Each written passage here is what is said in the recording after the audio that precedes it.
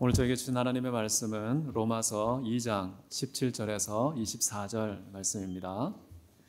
제가 한 절, 여러분이 한 절 교독하도록 하겠습니다. 제가 17절 먼저 읽겠습니다. 유대인이라 불리는 내가 율법을 의지하며 하나님을 자랑하며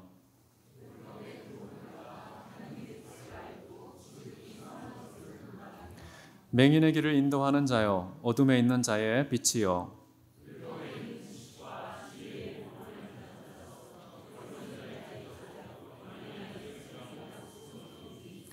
그러면 다른 사람을 가르치는 내가 내 자신은 가르치지 아니하느냐? 도둑질하지 말라 선포하는 내가 도둑질하느냐?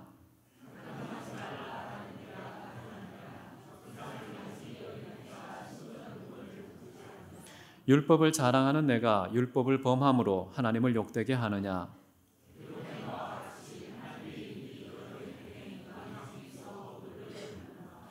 아멘. 오늘 저는 암과 삶, 아는 것과 사는 것이라는 제목으로 하나님 말씀 함께 나누기를 원합니다. 제가 지난 시간에는 바울이 4가지 종류의 사람들을 우리에게 가르쳐줬다고 설교를 했는데요. 하나님의 뜻을 모르고 행하지 않는 사람, 하나님의 뜻을 몰랐지만 행하는 사람, 하나님의 뜻을 알고도 행하지 않는 사람, 하나님의 뜻을 알고 행하는 사람. 이 중에서 가장 나쁜 케이스는 하나님 말씀을 알고도 행하지 않는 사람이라고 했습니다. 오늘 본문은 바로 그 사람, 유대인을 가리켜서 기록된 말씀이라고 볼 수 있겠습니다. 유대인들은 많은 특권을 가진 민족이었습니다. 오늘 읽은 대로 선택함을 받은 민족이었고 율법을 의지하고 거기에서 안도감을 얻는 특권을 누렸고 하나님 안에 거한다는 그런 놀라운 축복을 누렸고 진리의 지식을 가지고 최고의 가치를 분별할 수 있는 그런 안목의 소유자라는 축복도 누렸습니다. 하나님 왜 유대인들에게 이렇게 놀라운 축복과 특권을 주셨을까? 도대체 그 사람들은 다른 모든 이방인과 뭐가 달라서, 뭐가 더 잘나서 이런 특혜를 누리는 것일까? 라는 그런 질문을 할 수 있겠는데요. 여러분 신명기 7장 6, 7절에 보면 이런 말씀이 나옵니다. 너는 내 하나님 여호와의 성민이라. 너희를 택하심은 너희가 많은 민족보다 수요가 많기 때문이 아니니라. 너희는 오히려 모든 민족 중에 가장 적으니라. 다시 말하면 특별히 선택받을 만한 이유가 유대인 자신에게 있지 않았다는 것입니다. 하나님 편에 있었다는 것인데요. 그 다음 구절에 보면은 하나님의 무조건적 사랑하심 때문에 택함을 받았다 라고 말씀하고 있습니다. 하나님께서는 아무런 조건 없이 그 사람의 자격과 조건에 근거하지 않는 무조건적 사랑을 베푸시는 분입니다. 유대인들은 그 특혜를 구별된 민족으로 누렸던 사람들이고요. 그러나 중요한 것은 그런 특혜를 받았을 때에 그냥 공짜로 주어진 것만은 아닙니다. 선물에는 주신 자의 의도, 하나님의 뜻이 반드시 있기 때문이죠. 이들이 받았던 이유는 바로 그 모든 특혜와 선물과 축복을 자기 스스로 독식하는 것이 아니라 다른 많은 사람들과 더불어 나누고 그렇게 나눔으로써 많은 이방인들이 하나님께 영광과 감사를 돌리게 하는 그런 나눔의 목적, 축복의 통로가 되는 목적이 있었다는 사실을 기억할 필요가 있습니다. 그러나 그럼에도 불구하고 이스라엘 백성들은 하나님의 영광을 나타내지도 않았고요. 그 특권을 나누지도 않았고 결국에는 이방인으로 하여금 하나님께 영광과 감사를 돌리게 하는 결과도 빚어내지 못했습니다. 자, 오늘 말씀을 통해서 과연 교회는 이런 모든 유대인의 혐의에서 안전한가? 자유로운가? 유대인들의 모습이 어쩌면 오늘날 교회의 모습을 그대로 답습하고 있지는 않은가? 돌아올 필요가 있는 것 같습니다. 7절부터 사도 바울이 어떤 특권들을 열거하고 그 특권에 이스라엘 백성들은 어떻게 잘못을 저질렀는지 살펴보기 원합니다. 17절에 이렇게 나와 있습니다. 유대인이라 불리는 내가 율법을 의지하며 하나님을 자랑하며. 유대인들은 유대인이라고 불리는 것을 좋아했습니다. 초대교회의 교부들은 유대인이 갖고 있는 의미를 3가지로 구분을 하는데요. 첫 번째는 하나님께서 믿음의 조상 아브라함에게 주신 그 언약을 계승하는 후손이라는 의미를 가지고 있습니다. 그래서 첫 번째는 언약의 후손이라는 이름이 유대인이라는 말로 전해졌던 것이고요.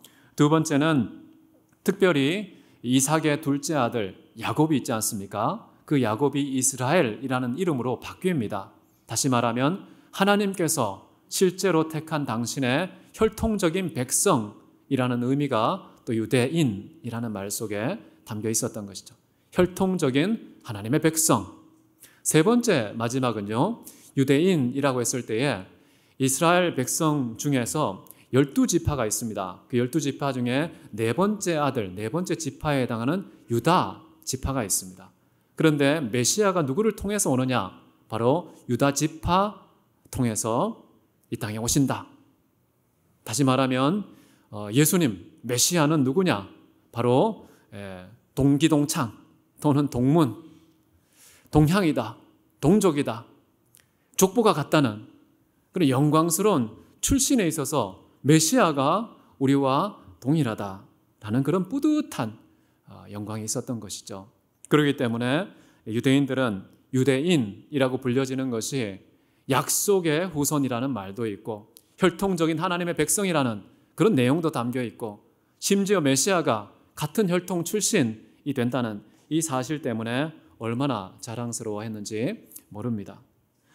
그러나 그럼에도 불구하고 그 이름에 걸맞은 그런 삶을 살았느냐, 그런 인격을 구비했느냐 했을 때는 전혀 그렇지 못했다는 것이죠. 두 번째 유대인의 특권은요, 율법을 의지하는 민족이었다라는 것입니다. 유대인들은요, 자기들이 율법을 가지고 있고 율법을 알고 있기 때문에 결코 하나님의 재앙과 심판과 멸망이 우리에게 임하지 않을 것이다 라는 확신을 갖고 있었습니다. 이런 잘못된 율법에 대한 어떤 미신적인 태도의 근원은 어디에서 비롯된 것일까요? 여러분, 엘리의 자녀들 중에 홈니와 비느하스라는 사람들이 있습니다. 이 사람들이 블레셋 군대와 전쟁을 했는데 대패를 당했습니다. 심지어 군사 4,000명이 몰살을 당하는 그런 끔찍한 참패를 당했는데 원인을 분석해 보니까요, 우리가 싸울 때에 언약궤를 가져가지 않았구나. 언약궤가 곁에 있었으면 우리가 승리했을 텐데 라고 판단하고서 이제 전쟁터에 언약궤를 가지고 갔습니다. 결과는 또 어떻게 됐을까요?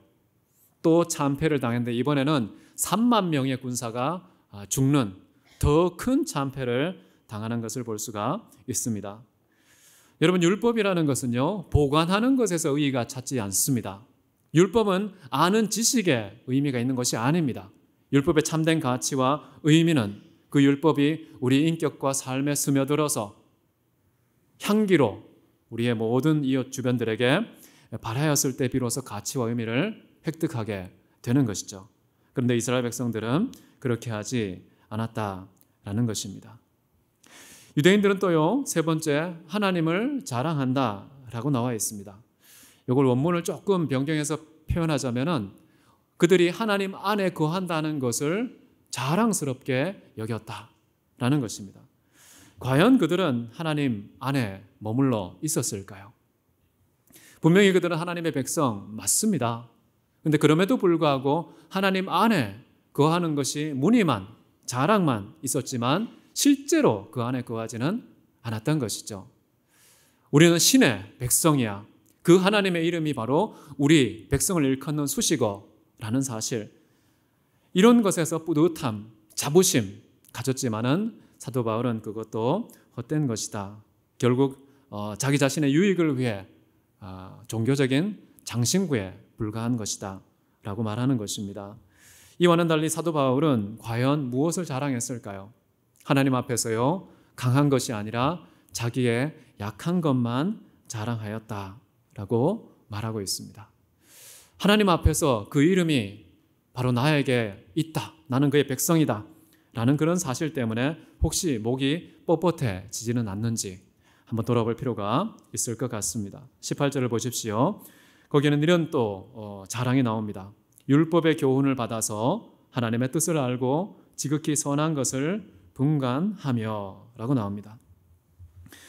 여러분, 율법은요, 우리에게 탁월한 가르침을 줍니다. 그래서 하나님의 뜻이 무엇인지 우리에게 깨닫게 하는 것이죠. 하나님의 뜻을 아는 자는 분명히 이 땅에서 지극히 뛰어난 것이 무엇인지 식별할 수 있습니다.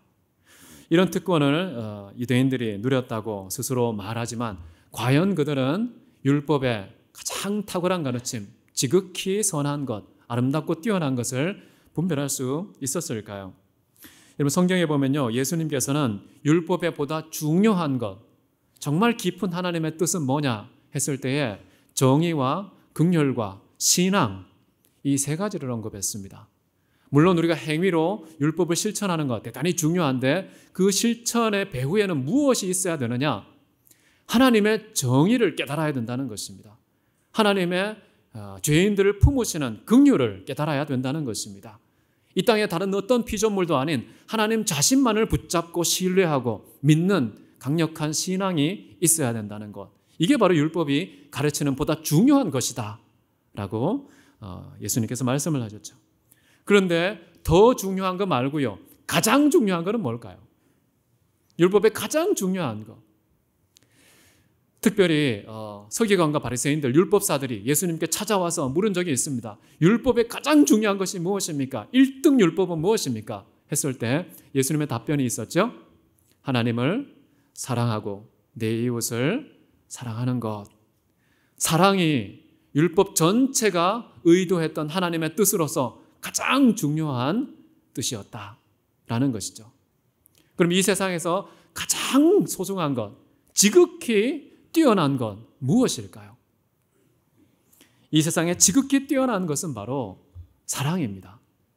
근데 중요한 것은 사랑 자체이시면서 사랑의 원천이시면서 지극히 큰 사랑이신 하나님 자신을 아는 것이 가장 뛰어난 것이죠. 사랑은 동사 맞습니다. 그런데 그 동사를 통해서 도달해야 되는 사랑은 존재입니다. 하나님은 사랑이시라. 그 하나님, 존재이신 그 사랑을 알지 못하면 우리는 이 땅에 세속적인 사랑에 멈추고 말 것입니다. 하나님을 깨닫는 것, 하나님의 뜻을 분별하는 것, 그 뜻은 바로 사랑이라는 것, 그 사랑이 지극히 뛰어난 것이라는 사실, 이것을 깨닫는 것이 대단히 중요하다라고 볼 수가 있겠습니다. 그런데 사실 인간은요, 이 세상에 무엇이 소중한지, 어떤 것이 뛰어난지, 우리 인생을 걸 만한 대상인지 잘 분별하지 못하는 것 같습니다. 시편에 이렇게 고백합니다. 하나님께서 하늘에서 인생을 감찰하사 지각이 있어 하나님을 찾는 자가 있는가 보려 하시는데 모두 치우쳐 함께 더러운 자가 되고 선을 행하는 자 없으니 하나도 없도다. 여러분, 이 세상이 추구하는 가장 뛰어난 것은 무엇입니까? 대체로 진선미 아닙니까? 물론 행복하고 장수하고 건강하고 유명하고 명예를 가지고 이 땅에서 떵떵거리며 살아가는 것을 추구하겠죠. 그러나 좀 더 고상한 이 세상에 뛰어난 것은 진, 선, 미, 진리와 선행과 아름다움. 세상 사람들은 배가 좀 부르면 살만하면 추구하는 좀 더 고차원적인 내용은 바로 진선미라고 할 수가 있겠죠. 그런데 참된 진리, 참된 선행, 참된 아름다움 발견할 수 있을까요? 금방 읽은 시편 기자의 고백은 그들이 치우쳐 있기 때문에 기준을 상실했다고 말합니다. 그리고 결과적으로 더러워졌다라고 말합니다. 진리를 식별하는 지식에 있어서도 아름다움을 감지하는 감성에 있어서도 그 어느 것 하나 선을 행하는 의지에 있어서나 다 더러워졌다. 단 한 사람도 참된 진선미이신 하나님 자신을 구하지 않고 있다는 얘기를 하고 있습니다. 자, 그 다음 말씀을 한번 보십시오.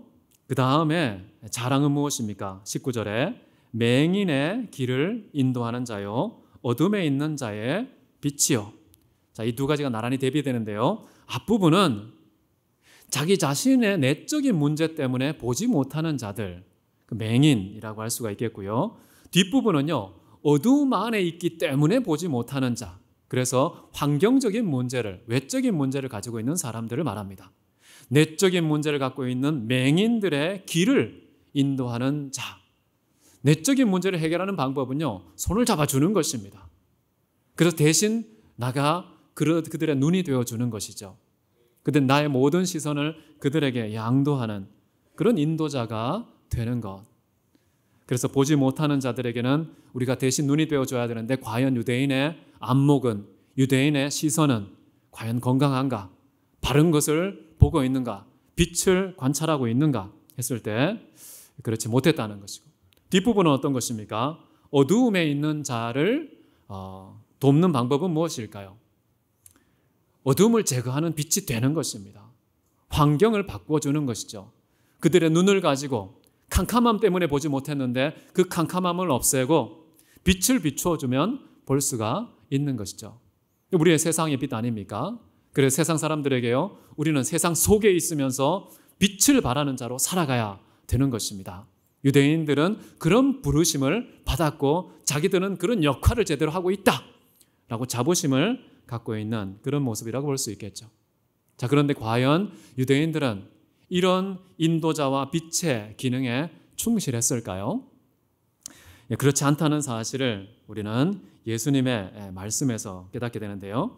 예수님께서는 이런 표현을 한 적이 있습니다. 소경이 소경을 인도하니까 둘 다 구덩이에 빠지도다 라고 얘기를 하시죠. 유대인이 소경이 되면요, 이방인들은 다 소경이 될 막중한 책임을 갖고 있는 민족이었는데요. 우리 교회도 마찬가지죠. 우리 교회도 세상이 캄캄함에 뒤덮여 있는데 이 캄캄한 세상, 또 눈이 없어서 스스로 볼 수도 없는 맹인과 같은 상태에 있는데 내적인 문제, 외적인 문제 골고루 구비하고 있는 이 세상에 대해서 과연 교회가 인도자와 빛의 역할을 제대로 감당하고 있는가? 교회만 보면 눈이 번쩍 뜨이고 교회만 보면 보지 못했던 그것이 보이는 그런 인도자와 빛의 기능, 과연 교회가 충실하고 있는지 돌아보게 하는 그런 대목인 것 같습니다. 사람들은 빛을 별로 좋아하지 않습니다. 밝음을 별로 좋아하지 않습니다. 빛보다 어둠을 더 사랑하는 그런 내적인 성향을 가지고 있기 때문에 그런 것이죠. 유대인들의 특권, 이런 특권을 가지고 있는데 마지막 특권이 있습니다. 20절 한번 보십시오. 율법에 있는 지식과 진리의 모범을 가진 자로서 어리석은 자의 교사요 어린아이의 선생이라고 스스로 믿으니 라고 말합니다. 자, 율법에는요 지식과 진리가 있습니다. 지식은 뭐냐 하면요, 율법에 적혀있는 조항들이라고 할 수 있겠습니다. 진리는 뭐냐?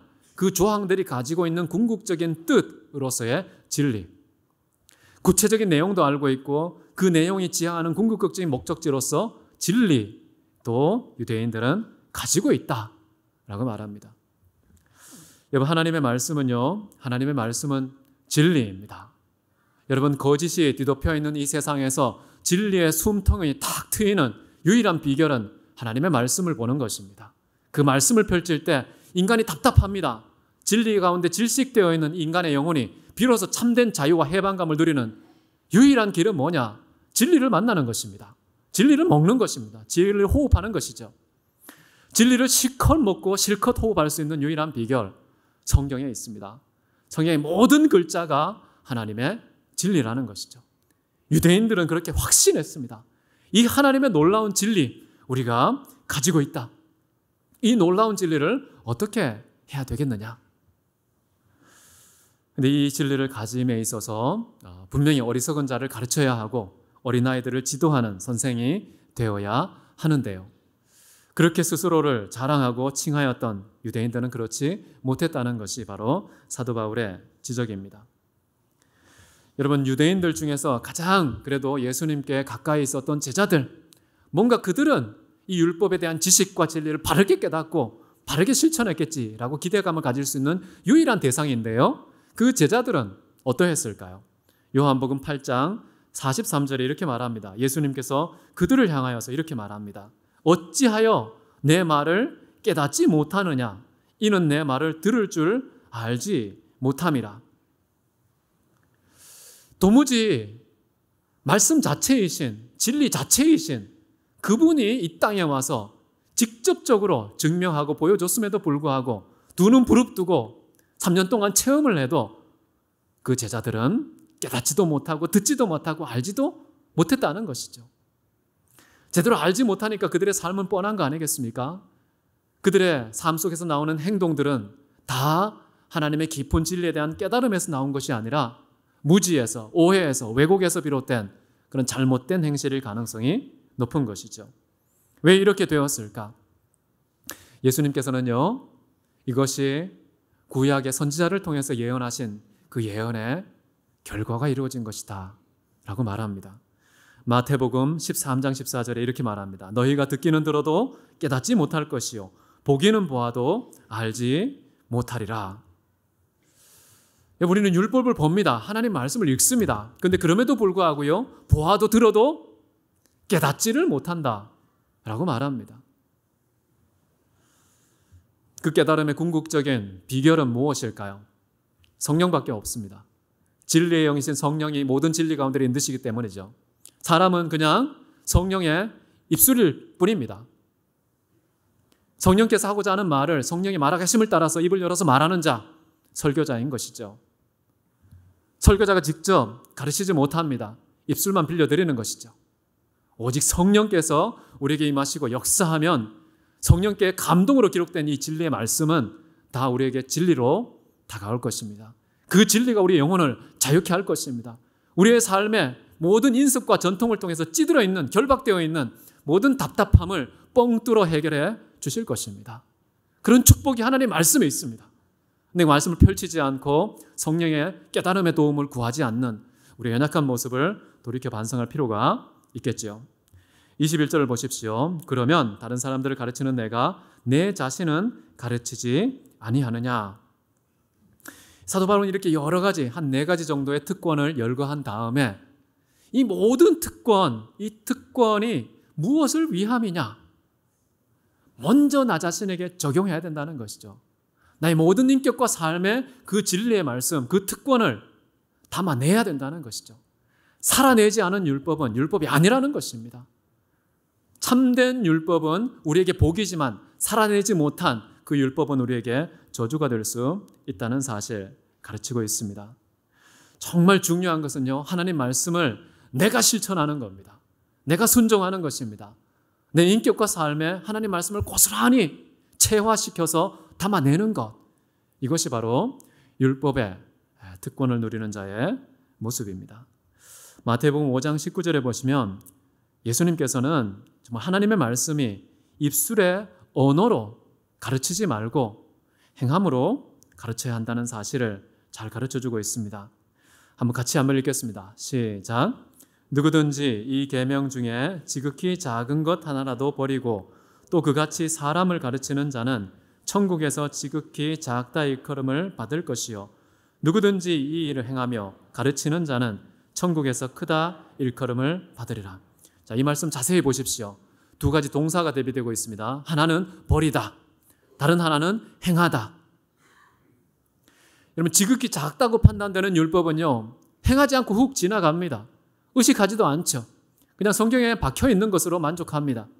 그러나 지극히 작은 것으로 우리 의식의 망에도 걸러지지 않는 그런 미미한 존재감을 가진 율법 한 조각이라 할지라도 그것을 버리면, 다시 말하면 행하지 않는다면 그것은 천국에서 지극히 작은 자라 일컬음을 받을 것이다. 무슨 말입니까?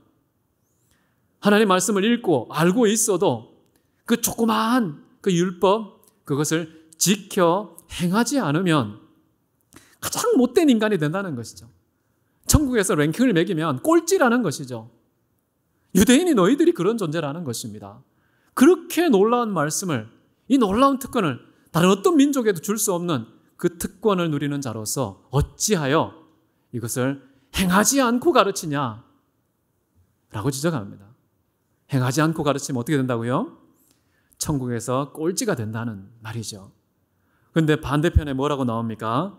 만약에 이것을 행하며 가르치는 자는 신분과 계층과 빈부와 귀천을 막론하고 누구든지 행하며 가르치는 자는 어떻다고요? 천국에서 크다 일컬음을 받는다는 것입니다. 행하며 가르쳐야 된다는데 21절에 보면요, 다른 사람을 가르치는 네가 너 자신은 가르치지 않는구나. 행하지 않는다는 뜻이죠. 자기는 스스로 가르쳐서 행하지 않고 타인에게 행하라고 가르치는 것, 천국에서 볼 때는 꼴찌, 라고 지금 말하고 있는 것이죠. 여러분, 우리는 어떻습니까? 저는 구약에서 가장 존경하는 분 중에 2등으로 꼽히는 사람이 에스라입니다. 에스라를 참 좋아합니다. 근데 이 에스라는요, 그 페르시아 제국, 고대 근동시의 최고의 왕국의 왕이었던 아닥사스다 왕이 에스라에 대해서 이런 평가를 내렸습니다. 하나님의 율법의 완전한 학자. 이런 표현을 썼습니다. 저도 공부를 하고 있으니까요, 학자라는 소리를 듣는데 앞에 수식어가 중요하잖아요. 어중이 떠중이 학자. 이런 거 하면 안 되잖아요. 진짜 백의 학자. 누구냐? 하나님의 율법의 완전한 자. 하나님의 율법은요, 인류의 도덕법입니다. 인류 역사에서 한 번도 포기되거나 중단되지 않은 질서와 법칙이 하나님의 율법입니다. 모든 역사가 겨우 역사 속에 심고 새기고 보존해왔던 인류 전체를 관통하는 율법, 법칙, 그 하나님의 말씀의 완전한 학자, 진짜 학자의 모습이죠. 왜 학사 에스라는 심지어 제국의 왕을 통해서 그런 칭찬까지 받았을까요? 천국에서 크다 일컬음 받은 정도가 아니잖아요. 이 땅에서도, 이 땅의 대표성을 띠고 있는 제국의 왕의 입술에서 너는 하나님의 율법의 완전한 학자라는 칭찬과 존경을 받으면서 네가 포로 귀환된 이후에 예루살렘 가서 진짜 신앙을 재건해라 라고 파견을 합니다. 파견을. 왜 그랬을까요? 이 학사가요, 그 앞부분에 이런 말씀이 나옵니다. 에스라가 하나님의 율법을 깊이 연구하여 행하며 가르치기로 작심하였느니라, 이런 말씀이 나옵니다. 행하며 가르치기로 작심한 자는요, 하늘에서만 크다 일컬음 받지 않고요, 심지어 땅에서도 칭찬과 존경을 받는 사람이라는 것입니다. 여러분, 하나님의 말씀을 지키면 어떤 일이 일어날까요? 여러분, 신명기 4장 6절을 보게 되면요, 만약에 그 말씀을 지켜 행하면 모든 열방이 어떤 칭찬을 하느냐? 지혜와 지식이 큰 백성이로다 라고 칭찬하게 된다는 겁니다. 열방 사람들이, 하나님을 모르는 사람들이 하나님의 계명을 지켜 행하면 그런 칭찬을 하게 된다는 것이죠. 우리가 갖고 있는 하나님의 말씀, 이 계명, 가볍게 생각하지 마십시오. 성경에는 이 계명에 대해서요, 어떤 민족이 이렇게 지극히 공의로운 율법을 가진 민족이 있느냐? 지극히 공의로운 율법이라고 평가를 합니다. 이런 율법을 소유한 사람은 아무도 없습니다. 하나님의 백성에게 주어진 특권이죠. 특권 중에 특권. 근데 그 특권을 누리는 방식은 무엇입니까? 들음에 있지 않다고 그랬죠. 지식에 있지 않다고 그랬죠. 살아내음에 있다고 그랬습니다.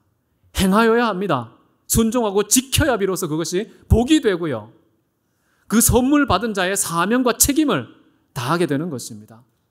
실천하고 행하면요, 신기하게도 이방 사람들이 하나님의 영광을 목격합니다. 하나님께서 택함 받은 백성에게 주신 그 선물과 특권을 공유하는 역사가 일어납니다. 당연히 감사와 찬양을 하나님께 올리게 되는 결과가 초래되는 것이죠. 근데 그렇게 되어야 되는데 이스라엘 백성들에게 말합니다. 그렇지 못했다라는 것이죠. 이스라엘 백성들은요, 하나님의 율법을 행함에 있어서는요, 손가락 하나도 움직이려 하지 않았다라고 예수님께서 정죄를 하셨습니다.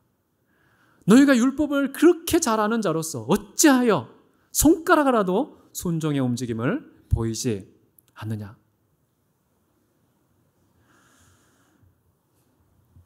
여러분, 예루살렘 교회는 어땠을까요? 초대교회.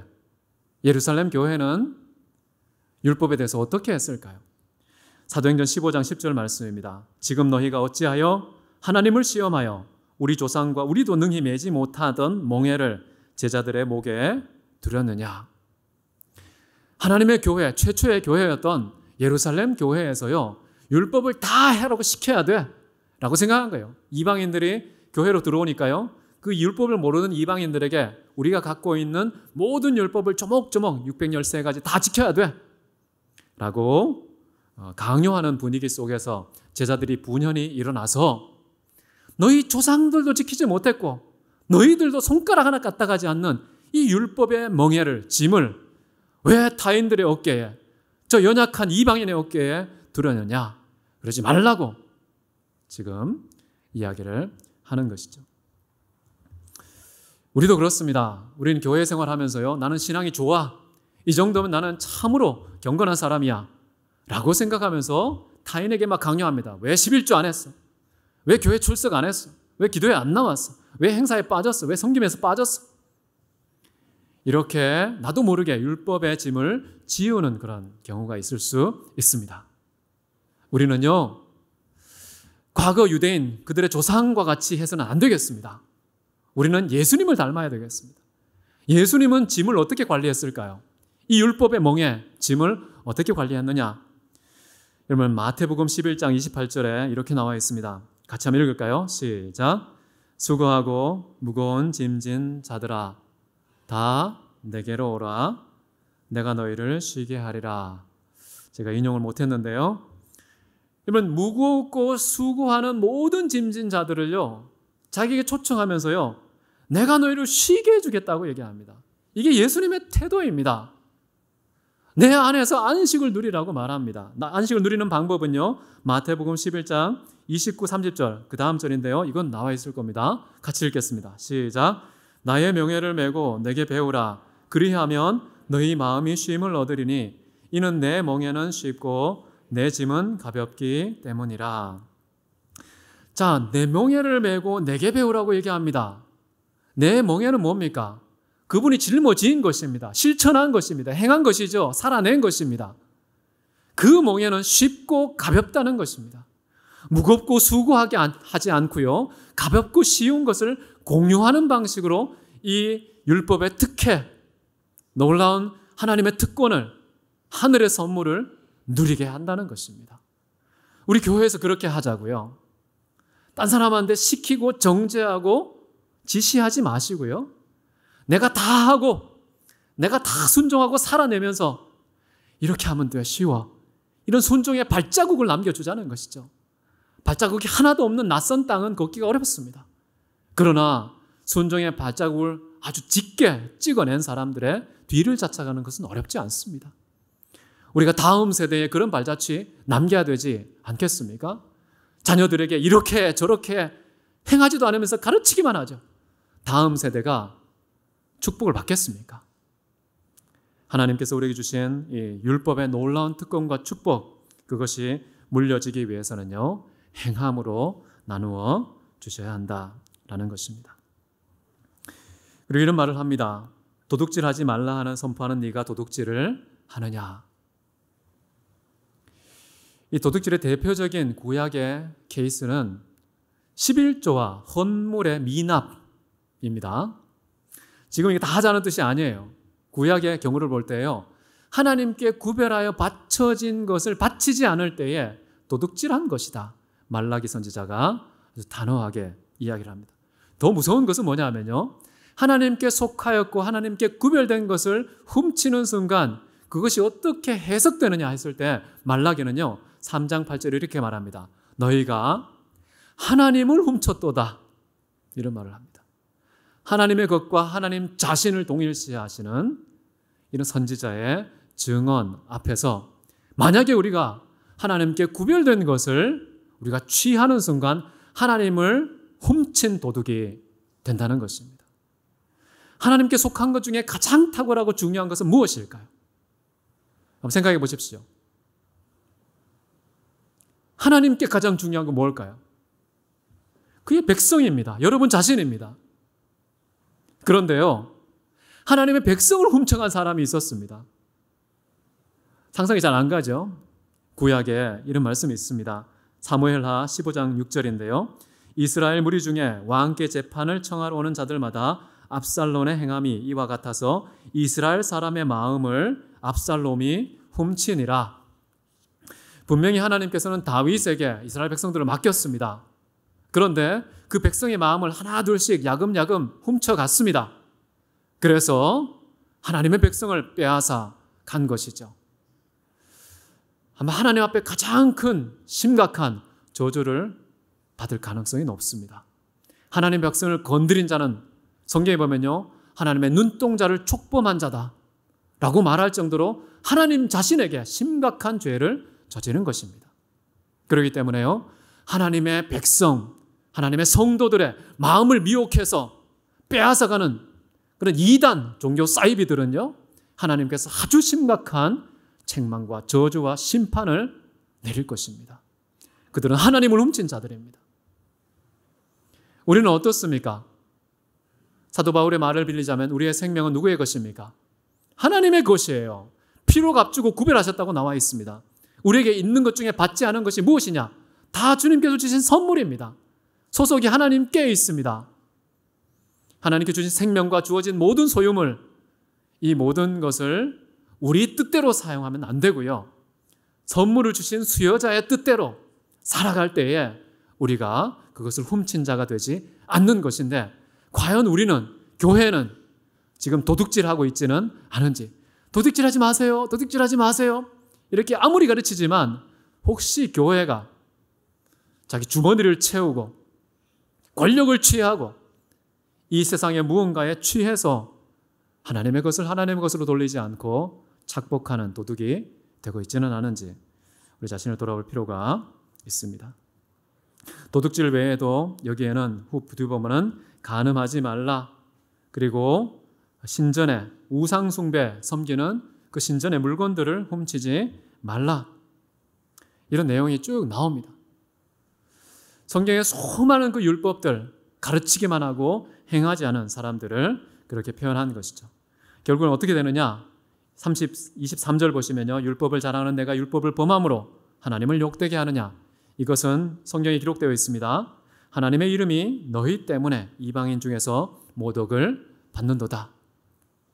우리를 통해서 하나님의 영광이 드러나야 되는데요, 우리 때문에 이방인 중에서 하나님의 이름이 먹칠을 당하시는, 모욕을 당하시는 그런 일들이 일어나고 있다라는 것입니다.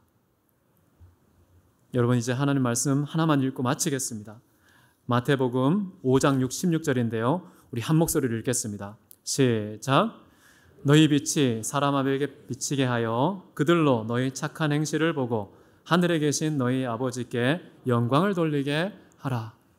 하나님께서 우리의 하나님 자녀라는 신분을 주시고 하늘의 놀라운 질서와 특권을 우리에게 맡기시고 놀라운 축복과 은혜를 베푸셨는데요, 그 모든 것의 목적은 뭐냐? 모든 세상 사람들로 하여금 우리의 착한 행실, 살아낸 율법을 보고서 하나님께 영광을 돌리게 하는 것, 이것이 목적이라는 겁니다. 근데 우리는 역방향 질주하며 살아가고 있지는 않습니까? 나 자신을 통해서, 우리 대학교를 통해서, 하나님의 백성들을 통해서 과연 이 세상 사람들은 하나님을 향하여서 어떤 태도를 취하고 있느냐? 그 태도에 대해서요, 누가 책임이 있을까요? 우리가 손가락질을 수 있는 자격이 없습니다. 오히려 백성들이, 세상 사람들이 하나님을 저주하고 능욕하고 있다면 그 모든 책임을 우리 자신에게 돌려야 하고요, 우리가 정신 차리고 하나님 앞에 회개하며 정말 착한 행실로 하나님께 영광을 돌리는 그 반전을 우리가 이루어야 되겠습니다. 여러분의 삶이, 우리 교회가 그 영광을 드리는 일에 앞장서고 삶의 현장에서 구체적인 열매가 풍성하게 맺히는 그 놀라운 은혜가 우리 여러분 모두에게 있기를 주의 이름으로 축원합니다. 함께 기도하겠습니다. 사랑이 많으신 하나님 아버지, 우리에게 하나님 말씀을 주시고 하나님을 알게 하시고 지극히 선한 것이 무엇인지 깨닫게 하시니 감사합니다.